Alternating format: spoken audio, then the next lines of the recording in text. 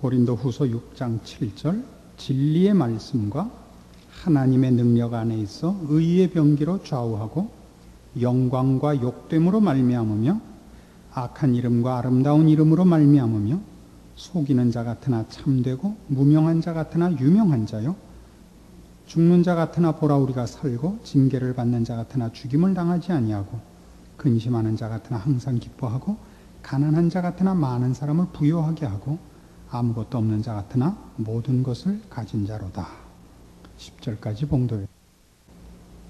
우리는 지난번에 예수 믿는 사람들이 하나님 앞에 쓰이는 그 쓰임에 있어서 서로 상반되는 그 쓰임의 형태와 상반되는 길이 있는 것을 보았습니다.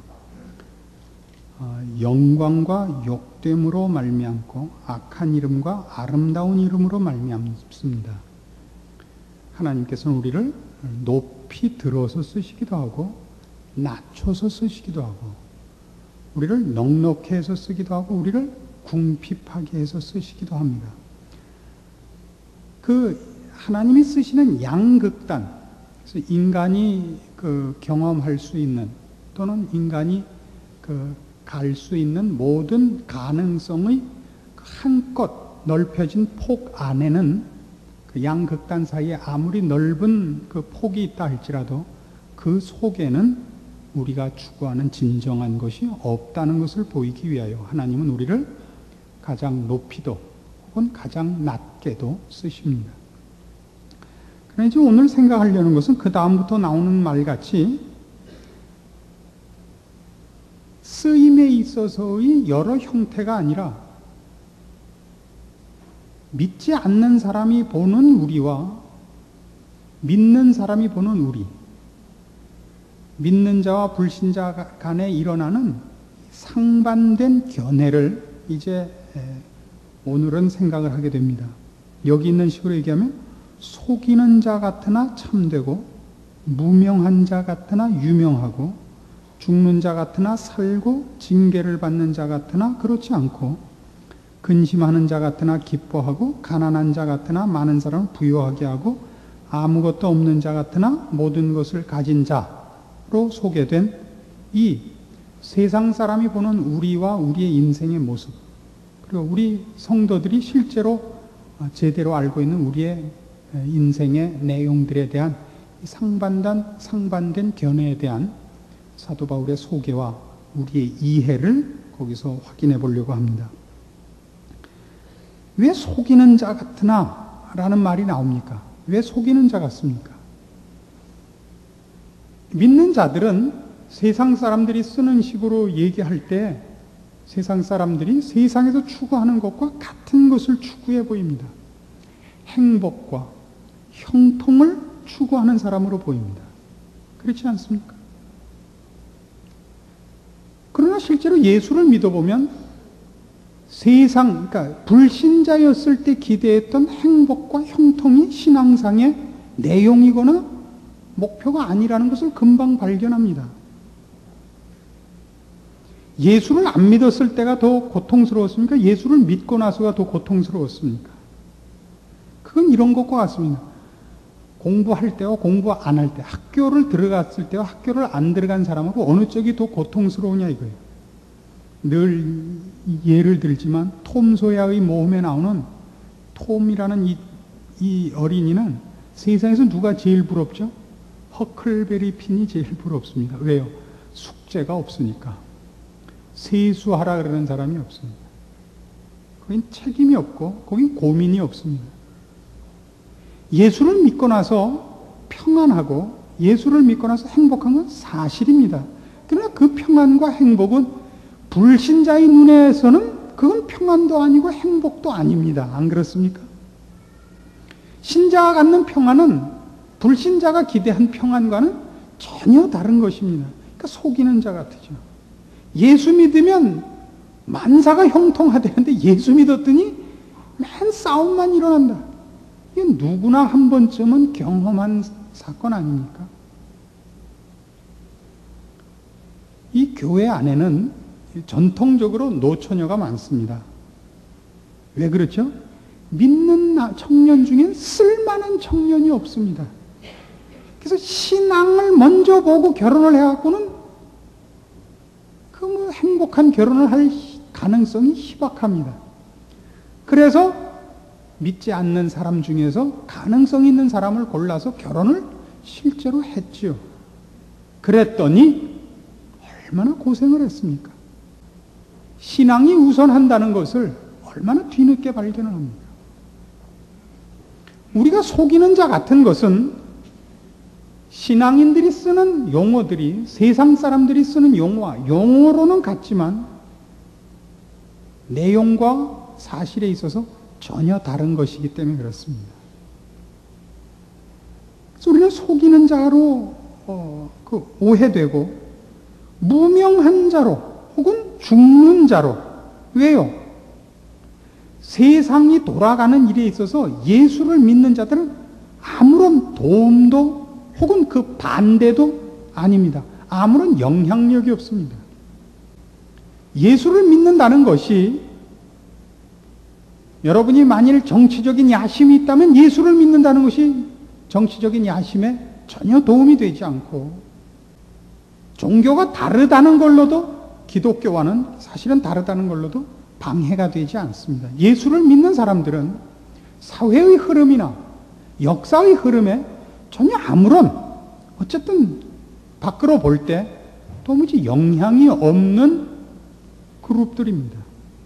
그것이 영향이 있다면 생명과 거룩한 차원에서의 영향이 있지 세상적인 정치, 사회, 경제 이런 데 직접적인 영향은 없습니다. 사실 그것이 영향이 있도록 촉구하는 것은 기독교 신앙을 모르는 것입니다.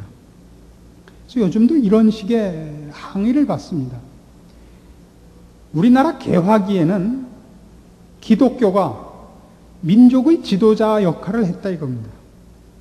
교육에 있어서, 사회운동에 있어서, 나라 사랑에 있어서 그때는 다 선각자요 앞섰었는데 왜 지금은 교회가 이렇게 사회의 모든 활동과 영향에 뒤처지게 되었는가? 교회들이요 분발하라. 그건 잘못된 주문입니다. 그때는 우리나라가 외국의 발전된 문명을 기독교를 통하여 유일하게 수입했기 때문에 그랬기 때문에 기독교가 지도자 역할을 본의 아니게 하게 됐습니다. 그 창구였습니다. 이것과 같죠. 우리나라에서 영어를 잘한 사람들은 다 누구냐면 미국이나 영국에 유학을 간 사람이 아니라 미군 부대에서 그 잡역을 한 사람들이 영어를 제일 먼저 배웠습니다. 안 그렇습니까? 미군 부대에서 무슨 그 식당에 허드렛 일을 하거나 무슨 구두 닦기를 하거나 이런 사람들이 영어를 먼저 배웠죠. 그래서 미국에 누가 먼저 갔느냐? 공부 잘한 유학생이 먼저 간 게 아니라 그래서 미군 양아치를 알게 된 사람이 먼저 갔습니다. 그 당시 개화기에 우리나라가 서구 문명을 받아들일 때 우리의 적은 일본이었고 일본과 서양은 우리나라를 놓고 함께 식민지 정책을 쓰는 라이벌 관계 나라였는데 일본이 먼저 우리에게 해를 끼쳤기 때문에 우리는 일본의 반대인 쪽은 다 우리 편인 줄 알았습니다.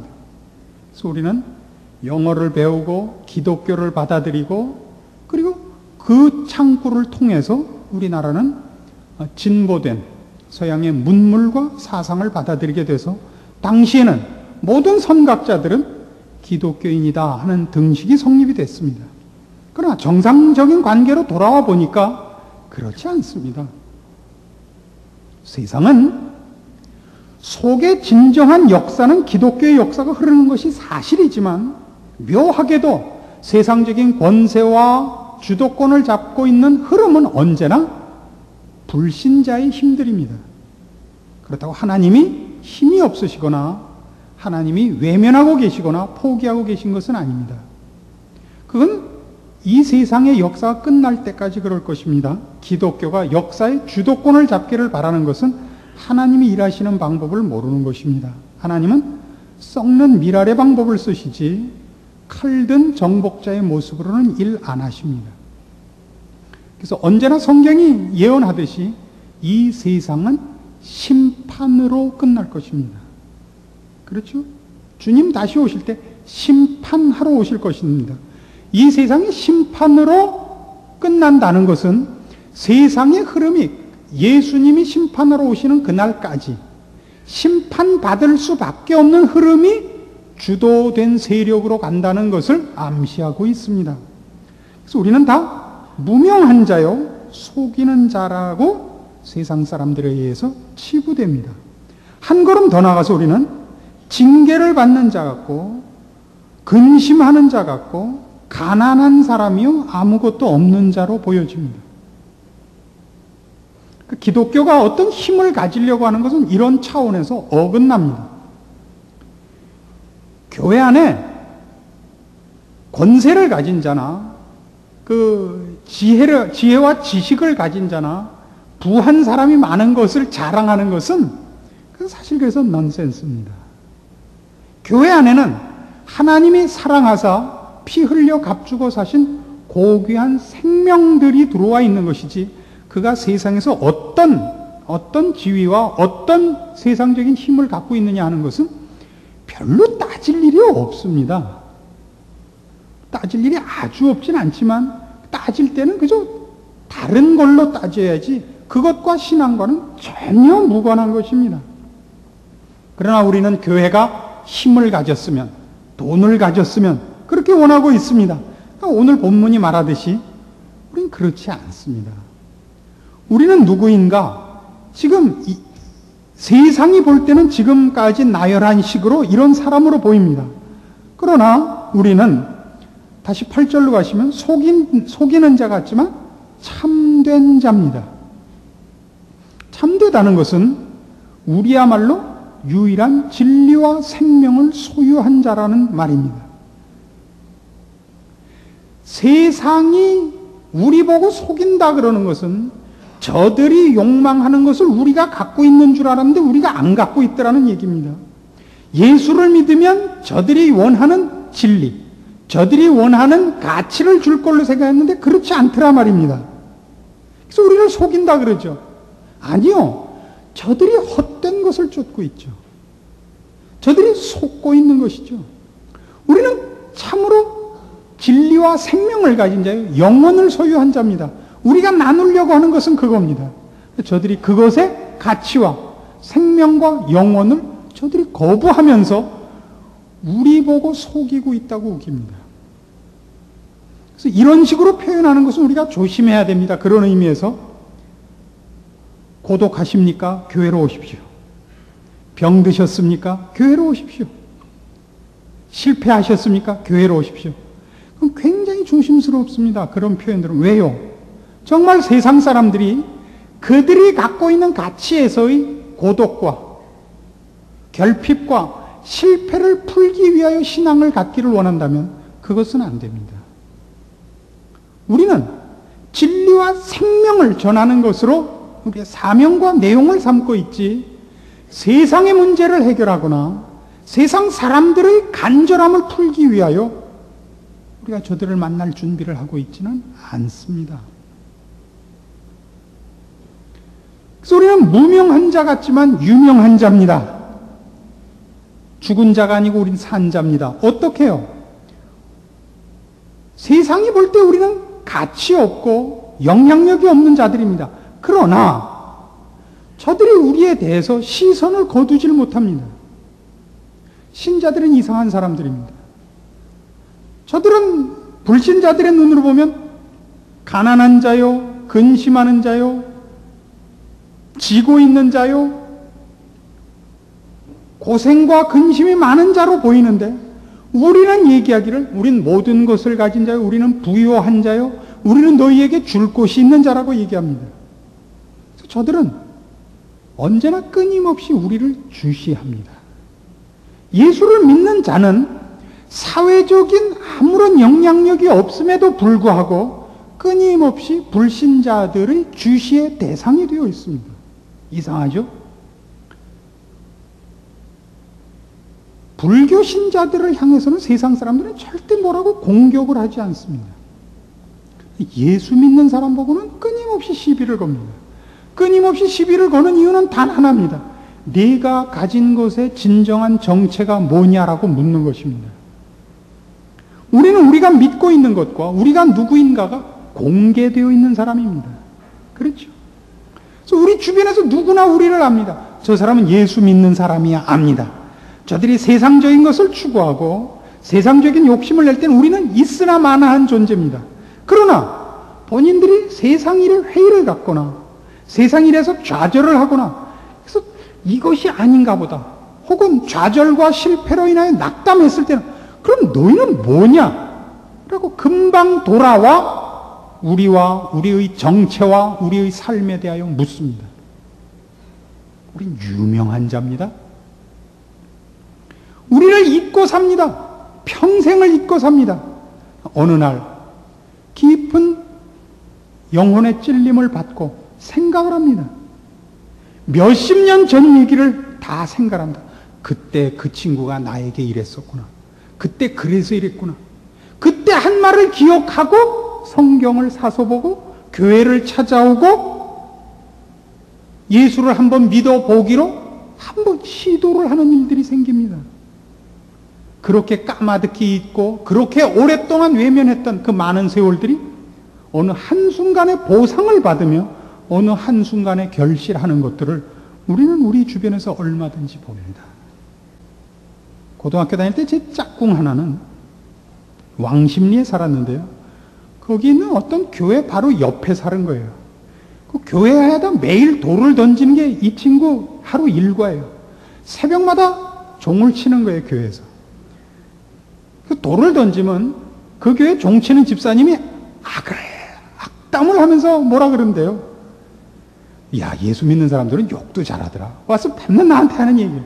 오늘 아침에도 돌 던지고 욕 먹고 잘 먹고 잘 살아라 그러고 왔다 이거예요.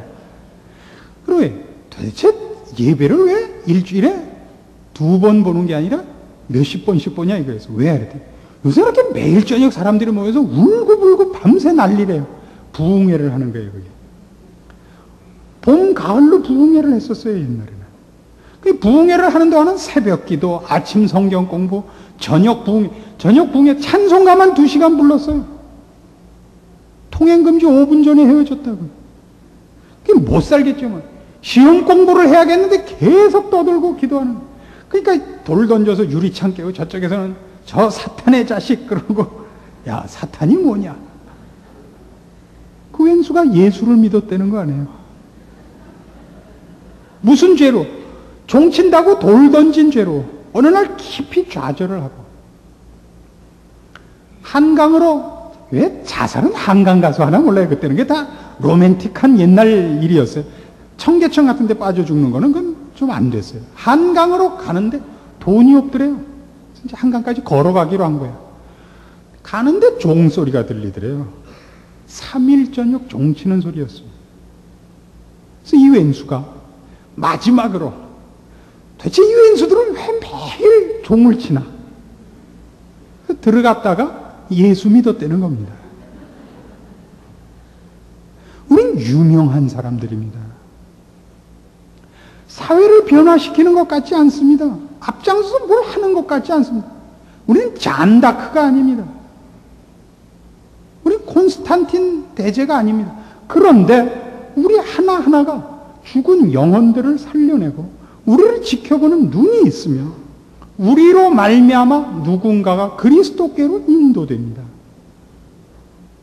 끊임없이 우리를 보고 있습니다. 이상하죠. 하나님은 그렇게 일하십니다. 근심하는 자 같으나 기뻐하고 가난한 자 같으나 부유한 자입니다. 그렇습니다. 왜 그렇죠? 빌립보서 4장에 이런 중요한 우리에 관한 성경의 설명이 나옵니다. 빌립보서 4장 4절입니다. 주 안에서 항상 기뻐하라. 내가 다시 말하노니 기뻐하라. 너희 관용을 모든 사람에게 알게 하라. 주께서 가까우시니라. 아무것도 염려하지 말고 오직 모든 일에 기도와 간구로 너희 구할 것을 감사함으로 하나님께 아뢰라. 그리하면 모든 지각에 뛰어난 하나님의 평강이 그리스도 예수 안에서 너희 마음과 생각을 지키시리라. 항상 기뻐하라는 가장 큰 이유가 뭐죠?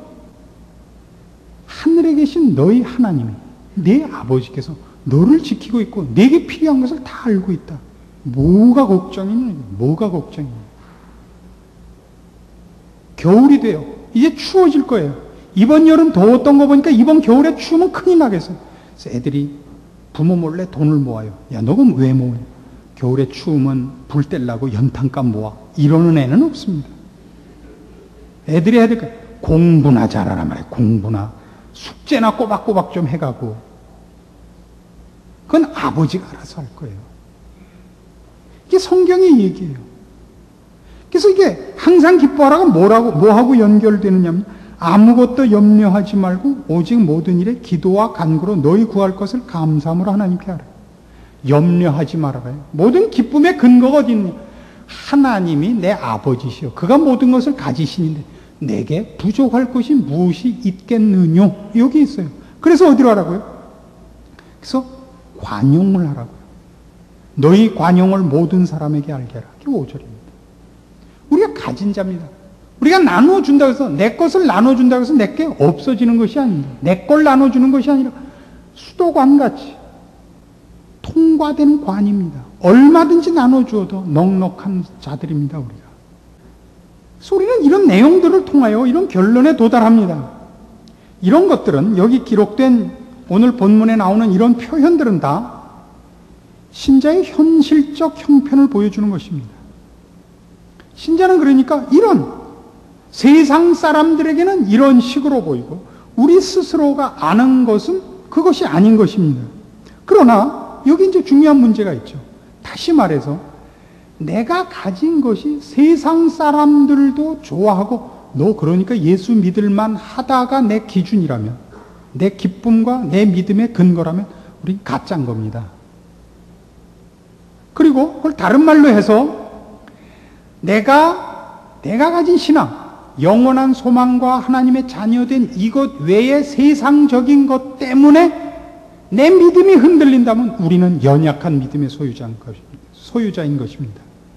그러니까 성경은 하나님의 자녀된 자의, 이 신자된 표를 뭘로 제시하고 있느냐 하면 마태복음 5장 이런 것으로 제시하고 있어요. 마태복음 5장 10절, 의를 위하여 핍박을 받은 자는 복이 있나니 천국이 저희 것임이라. 나를 인하여 너희를 욕하고 핍박하고 거짓으로 너희를 거스려 모든 악한 말을 할 때에는 너희에게 복이 있나니 기뻐하고 즐거워하라. 하늘에서 너희의 상이 큼이라. 너희 전에 있던 선지자들을 이같이 핍박하였느니라. 핍박이야말로 신자의 신자된 가장 큰 증거인 것입니다. 이 핍박은 외부로부터 오고 스스로의 회의와 고민으로도 나타납니다. 예수를 믿은 결과가 뭐냐? 가치가 뭐냐? 라고 묻고 싶어질 때가 있습니다. 세상적인 이유 때문에. 아무도 안 알아주고 내 고통이 줄지도 않고 내가 원하는 거 아무것도 안 되지 않았느냐? 이런데 내가 예수를 믿고 믿음을 지킬 이유가 뭐냐? 라는 생각이 들거든. 여러분은 제대로 신앙생활을 하고 있는 겁니다. 지지 마십시오. 그래서 예수를 믿는 데 있어서 제일 큰 싸움이 뭐예요? 그런 어떤 이렇게 믿는 것이 맞는가? 예수를 믿는 게 왜 이렇게 고달프단 말인가? 제대로 믿는다면 이런 고달픔이 있다는 것이 말이 안 되지 않는가? 라는 의심이 들거든. 옳은 것이요. 거기에 지면 분명하게 지는 것입니다. 그러니까 기독교를 가장 위협하는 이단들은 다 뭐냐 하면 고통이 없고 세상으로부터의 오해가 없는 신앙. 저들이 보고 입을 벌리고 꼼짝 못하는 신앙의 형태를 주겠다고 약속하는 것이 언제나 이단입니다. 예수 잘 믿으면 병도 안 걸리고 예수 잘 믿으면 실패도 없고. 아니요. 예수를 믿는 자들에게 주께서 요구하신 게 뭐죠? 아무든지 나를 따르려거든 자기를 부인하고 자기 십자가를 지고 나를 쫓을지니라. 왜요? 주를 쫓는다는 것은 얼마나 큰 자존심이 상하고 고통스러운지 모릅니다. 죽어야만 할 수 있는 것이 성도가 걸어야 할 이 신앙 싸움의 유일한 원리이기 때문에 그렇습니다. 주님만을 바라보고 십자가만을 바라보지 않는다면 우리는 세상 사람들 앞에서 당하는 우리의 그 어려움들, 상하는 자존심과 저들의 오해와 조롱과 핍박을 감당할 수 없을 만큼 심하게 받을 것이라고 성경이 가르치고 있기 때문입니다. 우리가 가진 것이 진짜입니다. 하나님이 그리스도 예수 안에서 우리에게 허락하신 것은 무엇과도 바꿀 수 없는 것입니다. 그것을 세상에게 인정받으려고 하지 마십시오. 하나님 앞에 인정받는 그 신앙의 싸움을 위하여 여러분 스스로의 신앙을 오늘 본문에 비교하십시오. 타협한 것은 없는가? 신앙이 아닌 것을 하나님 앞에 요구한 것은 없는가? 그렇게 물어보셔야 됩니다. 기도하십시다. 하나님 아버지 은혜를 감사합니다. 우리를 하나님의 자녀로 부르시고 주의 뒤를 따라 그 남은 고난을 우리에게 요구하십니다. 우리가 맡은 사명에 지극히 고귀한 것을 기억하고 주의 뒤를 쫓는 충성이 있게 하옵소서. 하늘에 썩는 미랄로 부름받은 자의 그 복된 특권을 기억하고 그로 말미암아 얻어지는 그 많은 열매를 주 안에서 기뻐할 줄 아는 저희들 되게 하사 이 짧은 인생 주 앞에 부름받은 것을 감사하고 충성하여 열매 맺히고 칭찬 속에 주 앞에 서는 저희들 다 되게 하시옵소서. 예수님의 이름으로 기도합니다. 아멘.